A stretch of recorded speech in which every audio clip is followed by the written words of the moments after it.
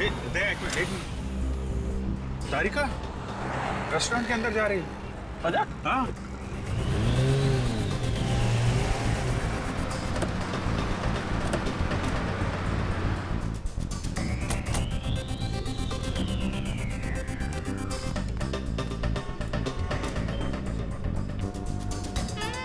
अरे हाँ, तारिका ही है।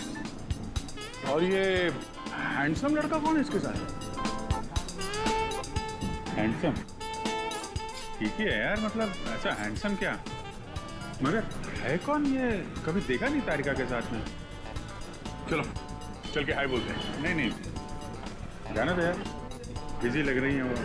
अरे बाप, जानना नहीं चाहोगे कि ये किसके साथ बैठी है? हाँ मगर फिर कभी जाते हैं यार। नहीं क्या? हेलो, क्या लाश?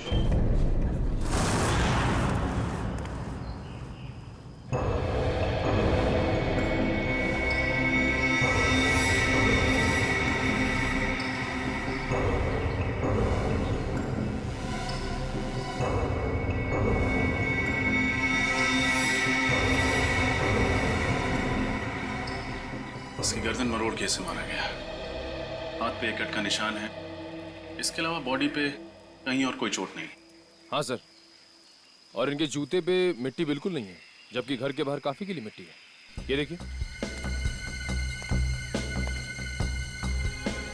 सर, हो सकता है इन्हें कहीं और मारा गया है और फिर लाश को यहाँ लाकर पटक दिया।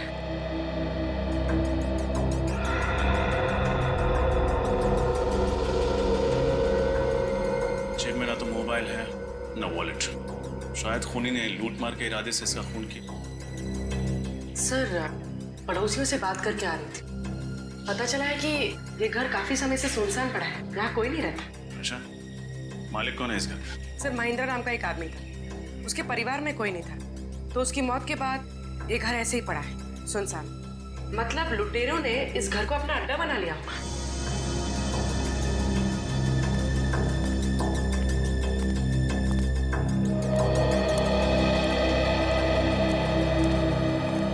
तो आप लोग यहाँ बारिश से बचने के लिए आए थे? हाँ सर। कब?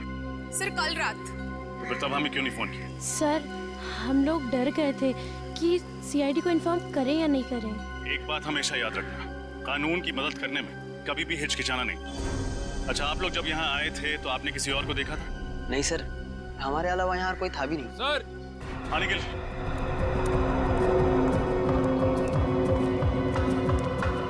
ये देखिए, लगता है ये निशान किसी के खून से बनाया गया।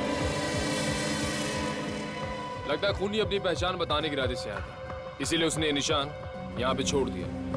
लगता है किसी सीरियल किलिंग की शुरुआत है। हर सीरियल किलर अपना सिग्नेचर पीछे छोड़ के जाता है। हो सकता है ये इस खूनी की पहचान है।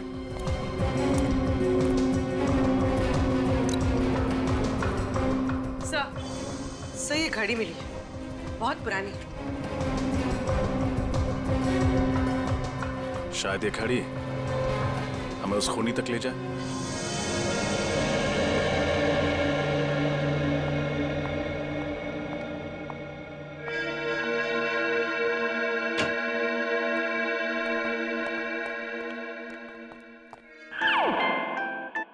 डॉक्टर साहब, कुछ पता चला इस लाश के बारे में? अरे क्या बात है अभिजीत, ना कोई हाय ना कोई हेलो, सीधा अर्जुन की तरह से सवाल दाग दिया।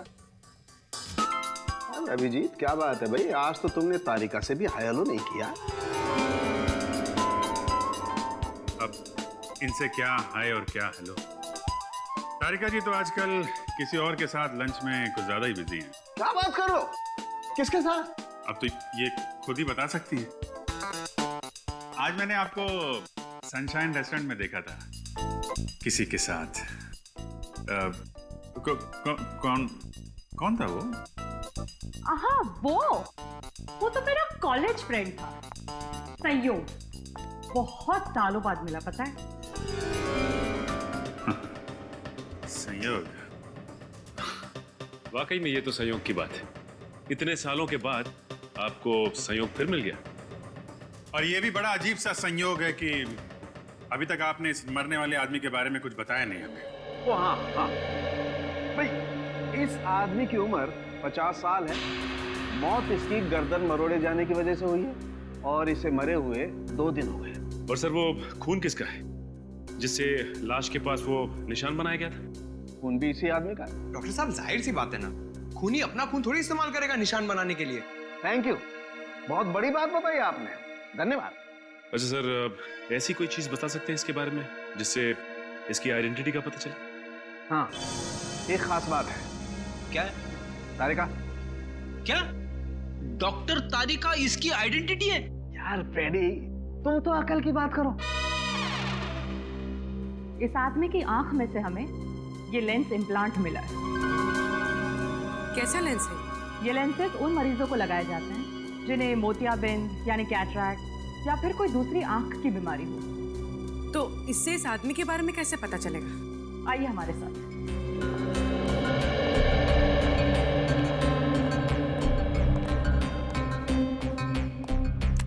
इस तरह के हर लेंस पे एक खास अलग सीरियल नंबर होता है। ये देखिए। और इस सीरियल नंबर को दिखा करके अभिजीत ये पता लगाया जा सकता है कि इस नंबर का लेंस किसने, कब और कौन से हॉस्पिटल में लगाया। वाह सारुण सर, कमाल कर दिया आपने। सचिन, इस नंबर से पता करो ये लेंस किस मरीज को लगाया गया था। मुझे भूख लगी है, मैं खाना खाने जा रहा हूँ। लोगों ने खाना खा लिया है, मैं अकेले खाना खाने जाऊंगा।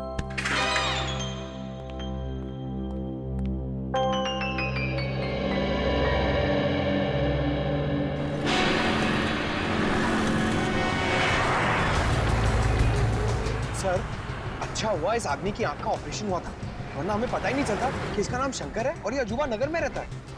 हॉस्पिटल रिकॉर्ड्स में लिखा था ना कि इसके आगे पीछे कोई नहीं है। हाँ सर, एक बीवी थी जिसकी कुछ साल पहले मौत हो गई और अब इनकी मौत पर रोने वाला ना कोई दोस्त है ना कोई रिश्तेदार।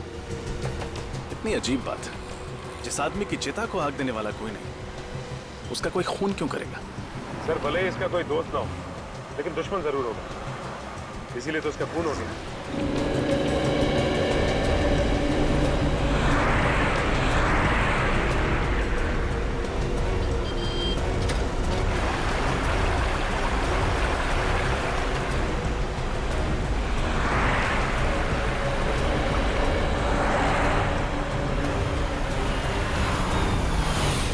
ये लो सर, आगे अजूबा नगर।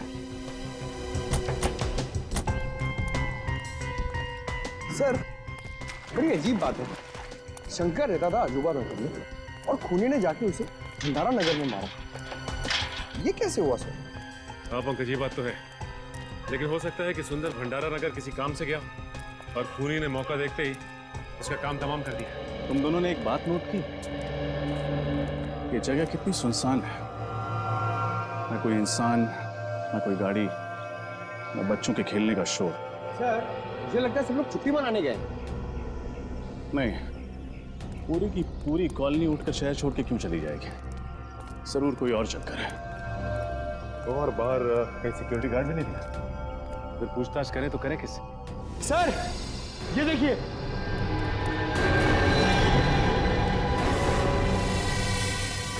ठीक ऐसा ही निशान तो सुंदर की लाश के पास मिला था, शायद खून से बनाया गया। खून सूख गया, लेकिन खूनी ये निशान छोड़ किसके लिए रहा है? हमारे लिए। हमें चैलेंज कर रहा है, देखना चाहता है कि हम उसे पकड़ पाते हैं या नहीं। सर, मगर ऐसा था तो खूनी को ये निशान सुंदर के घर के बाहर बनाना चाहिए था। यहाँ क्यों बनाया? ये तो किसी और का घर है।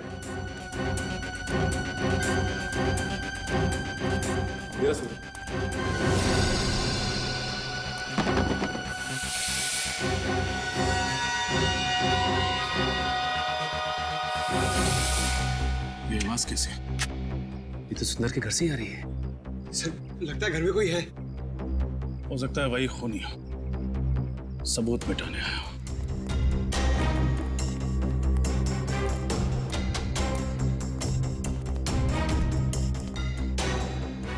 सचिन,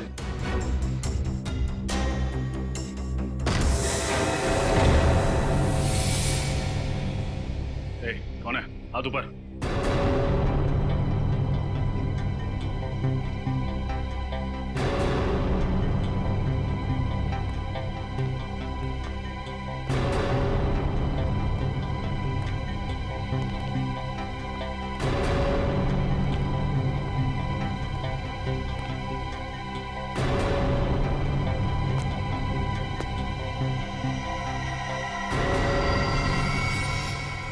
कौन है आप लोग? हम लोग सीआईडी से यहाँ सबूत मिटाने की कोशिश कर रहा था। और सुंदर को क्यों मारा तुमने? सुंदर? कौन सुंदर? सुंदर के घर में खड़ा है, पूछता है कौन सुंदर? देखिए, मैं तो यहाँ पर डॉक्यूमेंट्री फिल्म बनाने के लिए आया हूँ, इस खाली मोहल्ले पर। और मुझे नहीं पता कि आप लोग क्या बात कर रहे हैं। मोहल्ले पे डॉक्यूमेंट? वो क्यों? क्योंकि यहाँ रहने वाले एक परिवार ने मुझसे कहा था कि ये मोहल्ला हॉन्टेड है, आत्माएं रहती हैं यहाँ पर। आत्माएं? What nonsense! हाँ, इसीलिए तो हर कोई यहाँ से चला गया है और मैं अपने कैमरे में उन्हीं आत्माओं को कैद करने के लिए आया था। क्या बेवकूफी की बात कर रहे हो यार? आत्माएं कैमरा में थोड़ी कैप्चर होती है। कुछ साल पहले मैंने एक टीवी सीरियल में देखा था, 2 लड़के और 1 लड़की ऐसा ही करते हैं। तो मैंने सोचा क्यों ना मैं भी अपनी किस्मत आजमा लूं। कहानी बहुत अच्छी है। जैसे ही जेल की सलाह के सामने दिखाई दी, उन्हीं से डॉक्यूमेंट्री फिल्म मेकर बन गए तुम। हाँ, मैं कोई कहानी नहीं बना रहा हूँ सर। अगर यकीन नहीं आता है तो आप इस मोहल्ले में रहने वाले परिवारों से पूछ सकते हैं। कहाँ रहते हैं ये मोहल्ले वाले? मुझे यकीन नहीं आ रहा कि आज के जमाने में भी आप जैसे अंधविश्वासी लोग हैं जो सिर्फ आत्माओं के डर से अपना बसा बसाया घर छोड़ के कहीं और जाके रहने लगे। तो हम लोग क्या करते साहब? जिंदगी तो सबको प्यारी है ना। जब हमें पता चला कि ये मोहल्ला हॉन्टेड है तो हमने यहाँ से निकलने में ही अपनी भलाई समझी। ये आपको कैसे पता चला कि ये जगह हॉन्टेड है? पिछले महीने इस मोहल्ले में रेन हार्वेस्टिंग सिस्टम लगवाने का काम चल रहा था। खुदाई के वक्त मजदूरों को एक आदमी की खोपड़ी मिली। क्या? आदमी की खोपड़ी? जी हाँ। और जब हमने रिसर्च की तो पता चला कि कई सालों पहले यहाँ पे एक कब्रिस्तान हुआ करता था। अगर हमें पता होता कि हमारे घरों की नींव एक कब्रिस्तान के ऊपर रखी गई है तो हम ये घर कभी खरीदते ही नहीं। बस इतनी सी बात का पता लगा और आप लोगों ने अपना घर बदल दिया यहाँ से। हाँ? बात सिर्फ इतनी सी नहीं है सर। इस घटना के बाद इस मोहल्ले में अजीब अजीब चीजें होने लगी। अचानक टीवी चलते चलते अपने आप रुक जाता, अचानक लाइट चली जाती। और पिछली गुरुवार की रात को क्या हुआ था जानते हैं आप? रात के 3 बजे अजीब अजीब सी मनहूस आवाजें आने लगी। आवाजें इतनी तेज थी कि हम सब लोग डर से जग गए।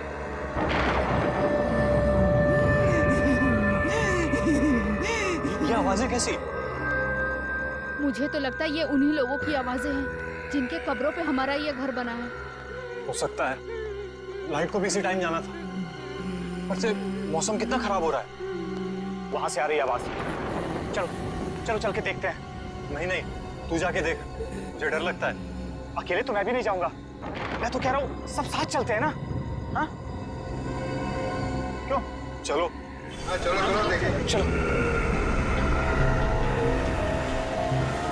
रामू, अरे रामू, ये सिक्योरिटी को क्या हुआ? सुन क्यों नहीं आए? हमेशा की तरह सो रहा होगा। मैंने कितनी बार कहा है कि इसका हिसाब करके नया गार्ड रख लेते। रामू, रामू को क्या हो गया ये? रामू,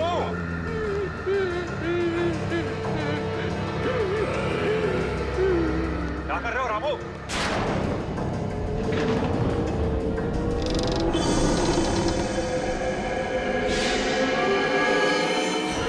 वो वाकई में सो रहा था। मौत हो चुकी थी उसकी। क्या मौत हो गई थी? आत्माओं ने उसे मार दिया था? जी हाँ, डॉक्टर्स ने यही कहा था कि उसकी मौत दिल की धड़कन रुकने से हुई। पर ऐसा तो तभी होता है ना जब अचानक कोई भयानक आत्मा होके सामने आ जाए। बस बंद करो ये आत्मा की रट लगाना। दिल का दौरा पड़ने से हजारों लोगों की मौत रोज होती है। इसका मतलब ये नहीं कि उन्होंने आत्मा देख ली है। बातें कहना आसान है सर। अगर आप लोगों में हिम्मत हो ना तो एक रात इस मोहल्ले में रुक के देखिए। शायद फिर आप लोगों को समझ में आएगा कि हम इस मोहल्ले को छोड़ के गए क्यों। जरूरत पड़ने पर वो भी कर लें। अच्छा, वो दीवार पे जो निशान है उसके बारे में कुछ जानते हैं आप लोग? ये निशान? सर ऐसा निशान तो मैंने रामू की लाश के पास भी देखा था।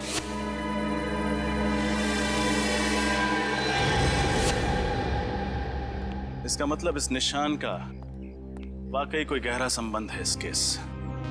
पंकज, किसी ऐसे इंसान का पता लगाओ जो ऐसे निशान और सिंबल्स की अच्छी जानकारी रखता हो। ये त्रिकोण है।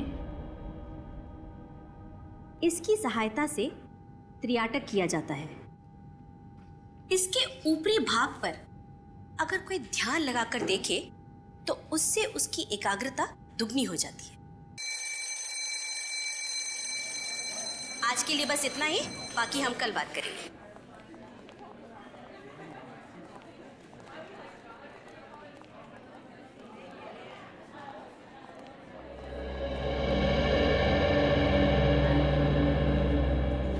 आप सीनियर इंस्पेक्टर रजत है ना? जी नैना जी, आपको इंस्पेक्टर पंकज ने आपको बताया होगा कि हम आपसे एक खास चिन्ह, एक खास निशान के बारे में जानकारी चाहते हैं। हाँ हाँ, उस निशान का कोई आप फोटो वगैरह लाए हैं? ये है वो निशान जो एक सर पे खूनी जगह जगह बना रहा है। ओह माय गॉड, ये निशान आप पहचानती है इस निशान को? हाँ, हजारों साल पहले दिग्गिशान संस्कृति में इसी तरह के निशान का आविष्कार किया गया था। इतना पुराना है ये निशान, मतलब क्या है इस निशान का?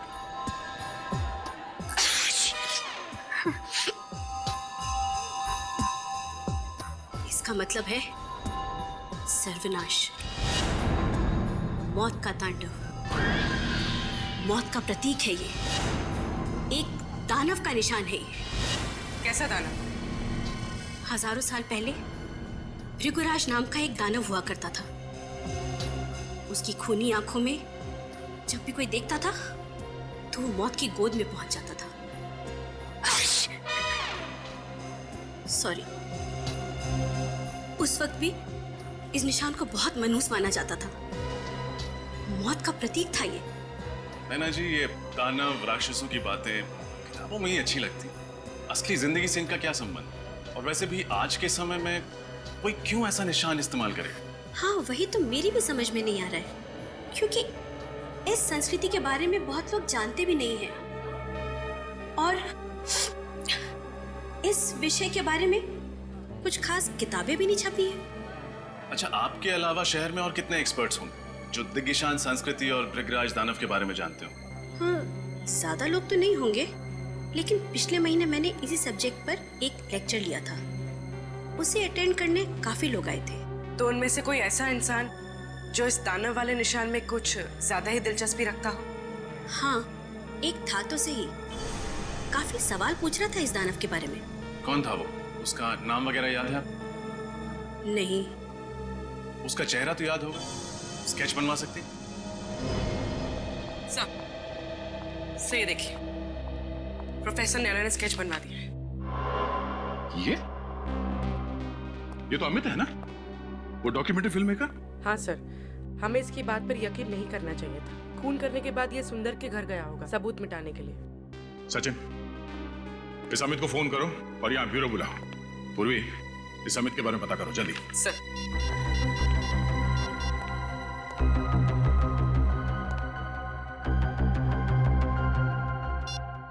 सर, अमित का तो फोन ही नहीं लग रहा है। फोन नहीं लग रहा है? सर, कहीं शहर छोड़ के भागने का प्लान तो नहीं है उसका? फोन ट्रेस करो उसका, उसके घर पे जाके देखो। इतनी आसानी से नहीं भाग सकता वो।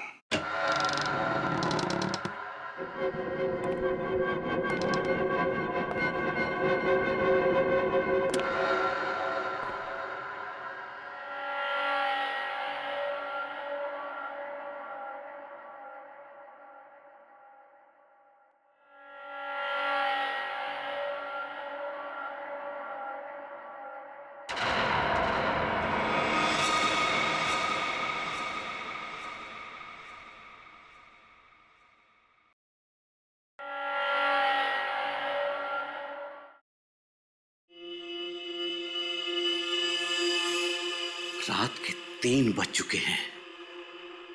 ऐसा माना जाता है कि रात के 3 बजे आत्माओं की शक्तियां 3 गुना बढ़ जाती हैं। अब देखना यह है कि इस हॉन्टेड आजूबा नगर में हमारी मुलाकात किसी आत्मा से होती है या नहीं।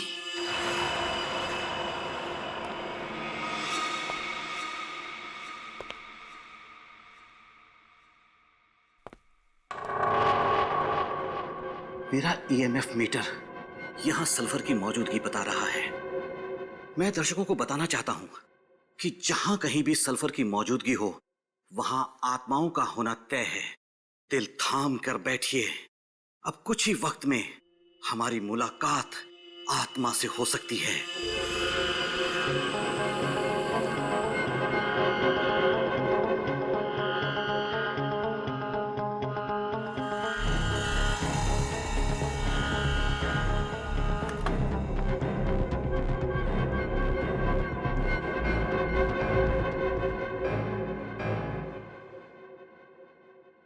सल्फर ही है।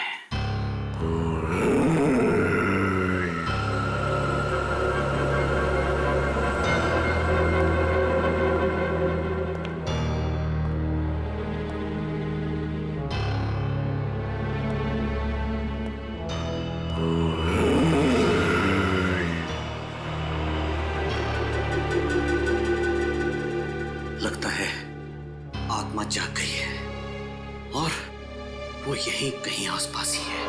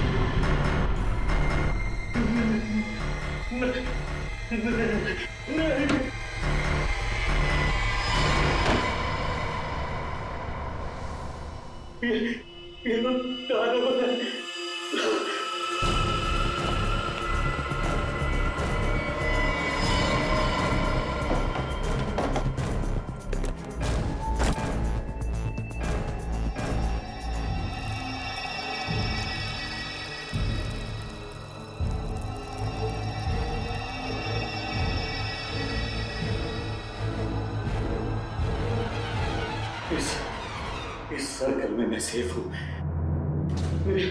मेरे पास नहीं आ सकता होगा मैं।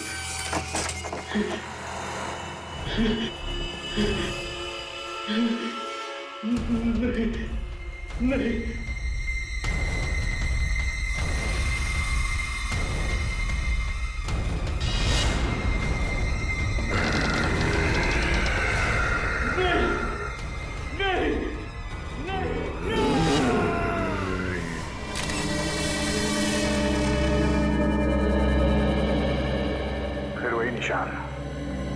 सर, एक बात तो पक्की हो गई कि अमित खूनी नहीं था। जिसने सुंदर का खून किया उसी ने अमित को भी मारा है।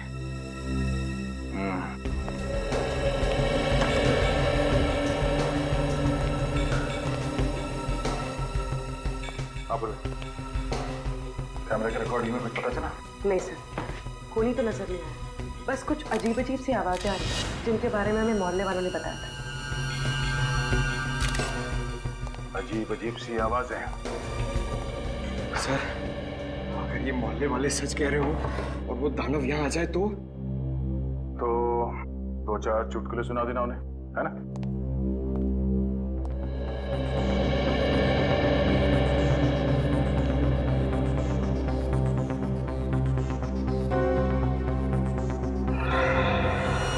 तो हाथ पे कटे हुए का निशान है, बाकी बॉडी पे कोई चोट, कोई निशान नहीं। मुझे लगता है इसकी मौत भी अचानक दिल की धड़कन रुक जाने से हुई है। वहम और शक, इन दोनों का कोई इलाज नहीं है। एक बार हमारे दिमाग में ये बात घुस गई कि आत्मा दिखेगी तो मामूली सी परछाई को देख के भी डर जाते हैं लोग, आत्मा समझ के। सब एक बात समझ में नहीं आ रही। जब हम यहाँ आए थे तो दरवाजा अंदर से लॉक था, खिड़कियां भी बंद थी, तो फिर खूनी अंदर घुसा कैसे होगा? ये बात तो है पूर्वी, तो मुझे लगता है इस बात का जवाब है मेरे पास। हम सब बाहर चलते हैं। पूर्वी, एक काम करो, तुम इस कमरे के अंदर रहो, इस दरवाजे को अंदर से बंद करना और अंदर से चाबी से लॉक करना इसे। सब, मैंने दरवाजा अंदर से लॉक कर दिया। पंकज, न्यूज़पेपर लेके आना।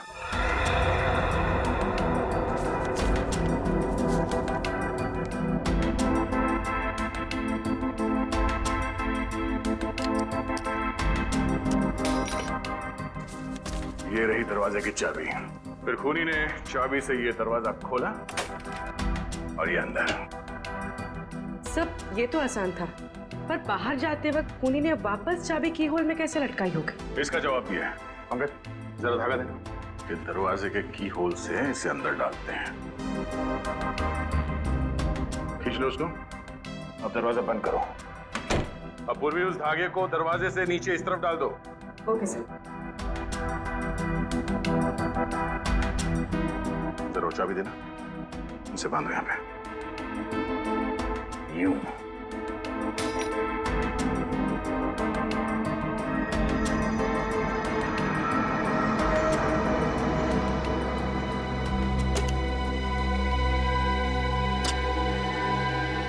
अब समझ में आया? चाबी को इस धागे से बांध के दरवाजे के नीचे से उस तरफ खींचा गया और चाबी को हवा में लटका के उस की होल के अंदर इस धागे से खींच लिया।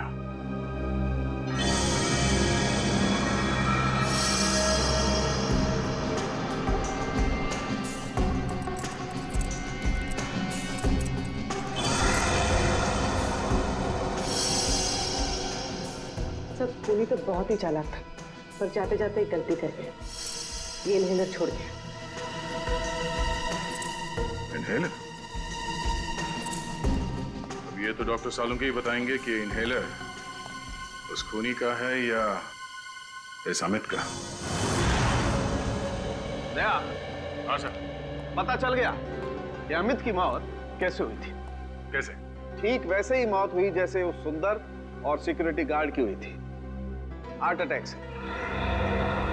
लेकिन दया, खूनी ने यह हार्ट अटैक दानव बन के नहीं दिया, बल्कि ऑल्सो बैक्स्टर नाम के केमिकल से दिया। केमिकल से हार्ट अटैक?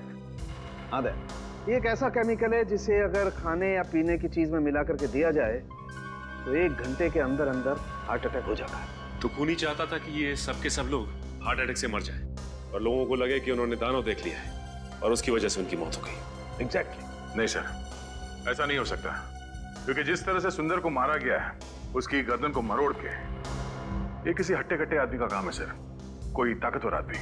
और हाँ दया, उस इनहेलर की मैंने अच्छी तरह से जांच की है, उससे पता ये चला है कि उस औरत को कैंसर था। नैना? नैना? हाँ सर, नैना। सर वो सिम्बोलॉजी की प्रोफेसर। सर मैंने उनकी किताब में पढ़ा था कि कैसे उन्होंने कैंसर का सामना किया और वो जीत गए।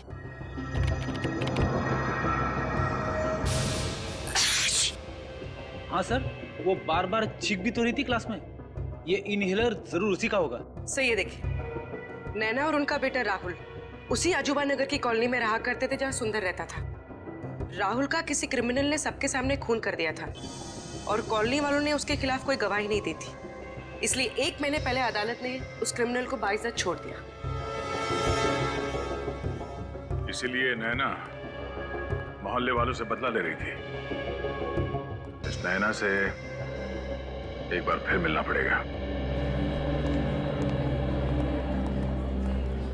Excuse me madam. अरे सर, आप लोग, उस खूनी का कुछ पता चला क्या? जी पता चल गया, तो हमने सोचा कि चल के उसे एक गिफ्ट दिया जाए। गिफ्ट? आप लोग खूनियों को गिफ्ट भी देते हैं? जी हाँ, एक गिफ्ट आपके लिए भी है। मेरे लिए? हाँ।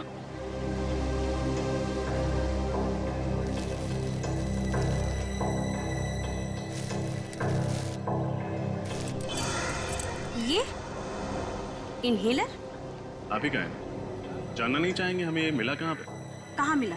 सुंदर के घर में। जब अदालत ने आपके बेटे के खूनी को सजा नहीं दी, तो आपने खुद ही इंसाफ की देवी बनने की ठान ली और सोचा कि क्यों ना पूरे मोहल्ले को ही सबक सिखाया जाए। आप लोग मेरे बेटे के केस के बारे में जानते हैं? सीआईडी से कुछ नहीं छुपाया। आप बताइए, सुंदर को क्यों मारा? अरे मैंने उसे नहीं मारा। मैं तो पिछले हफ्ते उसके घर गई थी उसे ये समझाने के लिए कि वो सुप्रीम कोर्ट में आकर गवाही दे। और जब उसने गवाही देने से मना कर दिया, तो आपने उसे खत्म कर दिया। मैं उसे क्यों मारूंगी? जरूर कोई मुझे फंसाने की कोशिश कर रहा है। अच्छा, कल रात आप कहाँ थी? कल मैं पुणे में थी, एक कॉन्फ्रेंस में गई हुई थी। पुणे? कहाँ थी ये कॉन्फ्रेंस? होटल सैंड ड्यून्स में। आप चाहें तो पता कर सकते हैं। नंबर है आपके पास उस होटल का? जी है, 117923 097।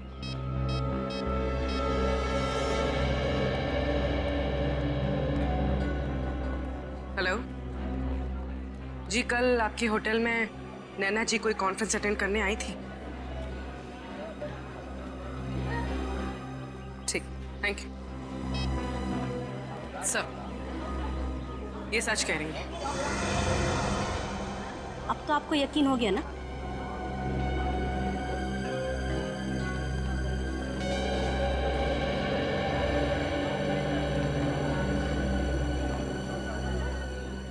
अगर इस काम में नैना जी का हाथ नहीं है तो फिर किसका है?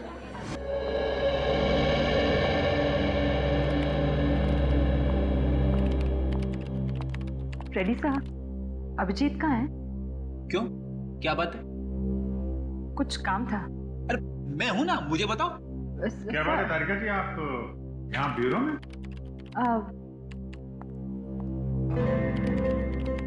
अभिजीत बिजी तो नहीं हो ना? नहीं नहीं, क्यों, क्या बात है? वो मैं सोच रही थी कि ये केस खत्म होने के बाद क्यों ना हम दोनों कहीं खाने पे चले?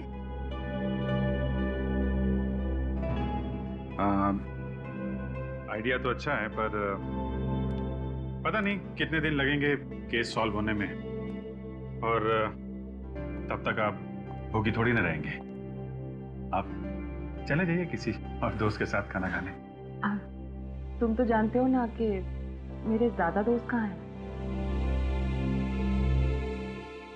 और वो है वो संयोग? हाँ वही, जो भी। संयोग तो अमेरिका में रहता है, यहाँ थोड़ी ना रहता है। वो तो जा रहा है वापस अपने घर। अच्छा, अमेरिका में रहता है? हाँ तो और जा रहा है? हाँ। कब जा रहा है?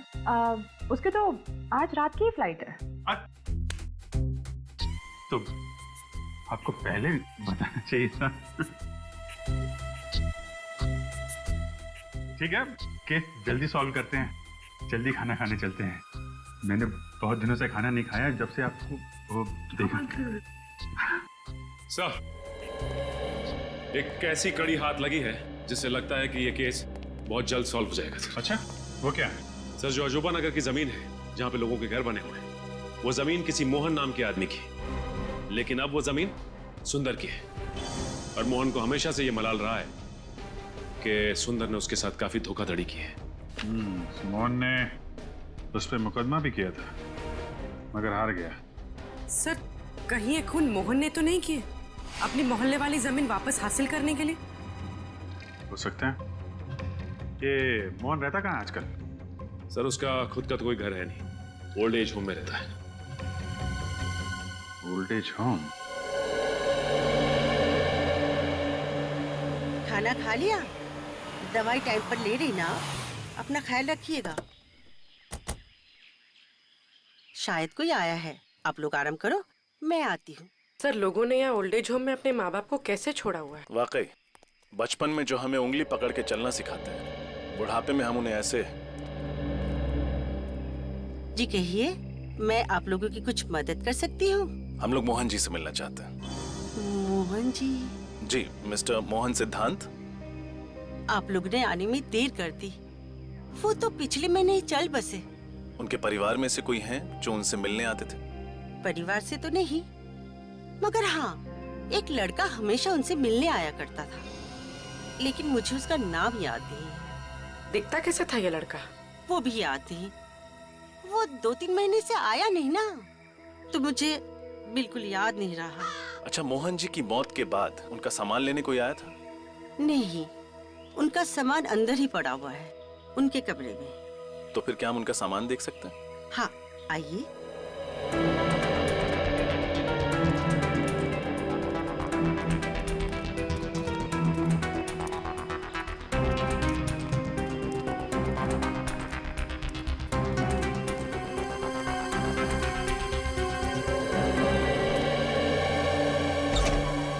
ये है इनका कमरा, आइए।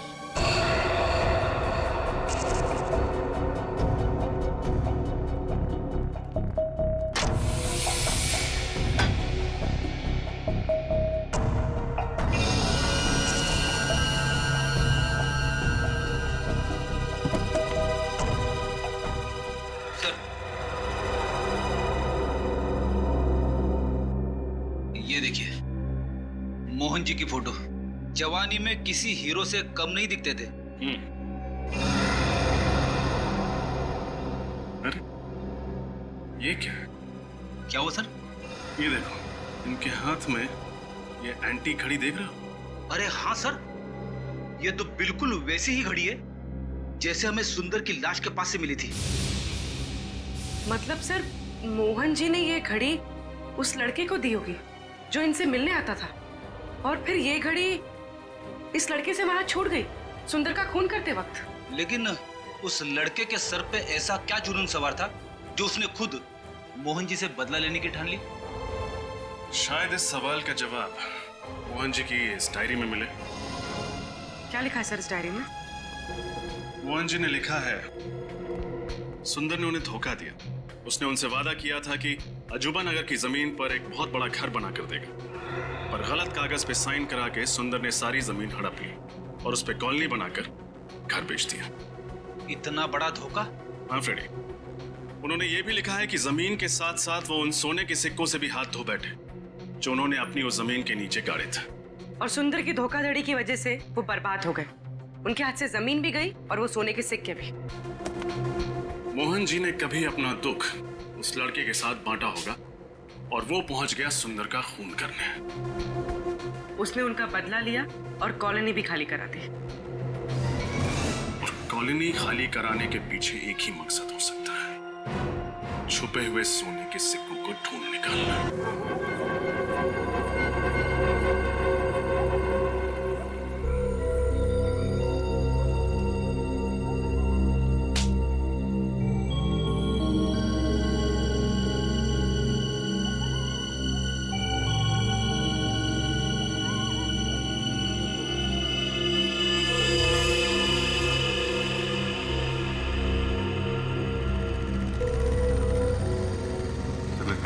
कोई आ रहा है? हाँ, वही होगा। सब तैयार है ना?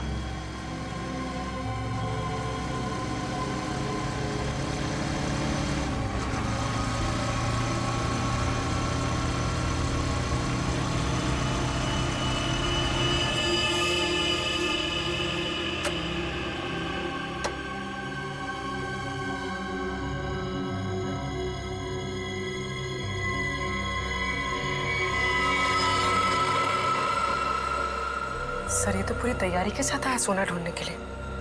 सोना नहीं, इसे लोहा मिलेगा, जेल की सलाखों का लोहा।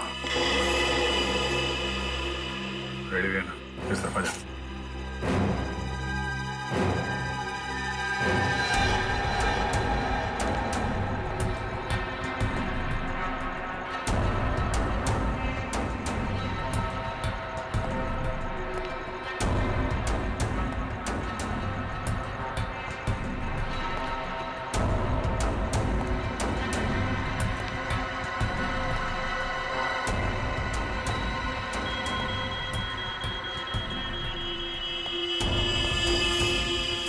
यहाँ छुपा है सोना, अब मुझे अमीर बनने से कोई नहीं रोक सकता। सिवाय सीआईडी के। सीआईडी?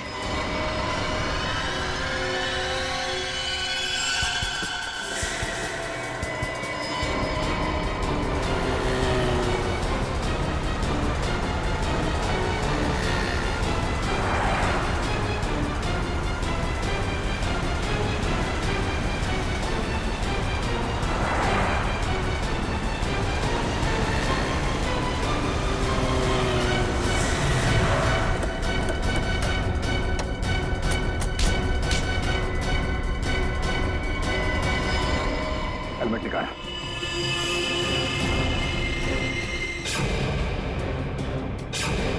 रितेश बाबू, तो आपको सोना चाहिए? हाँ, सोने के पीछे जो है पड़ा, उसे हमेशा रोना ही पड़ा। हाँ, मैंने खून किया था सुंदर का।